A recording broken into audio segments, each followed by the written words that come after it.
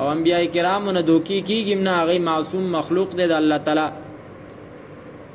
خو بیا هم داغو تابعدار بسې یو کس به داسې به چې د هغه به یو قسم ملګری نه. نو دې خبرې ته مه ګوره چېره ستا دا خبره پلان کې مني او پلان کې نه مني او ډېرې نه مني او لږې مني.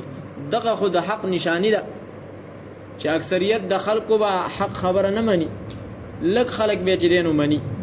خو دې خبرې ته ګوره چې ستا دا خبره چې تی کومه کې آیا دا د قرآن او د سنت سره برابر ده او که نه ده.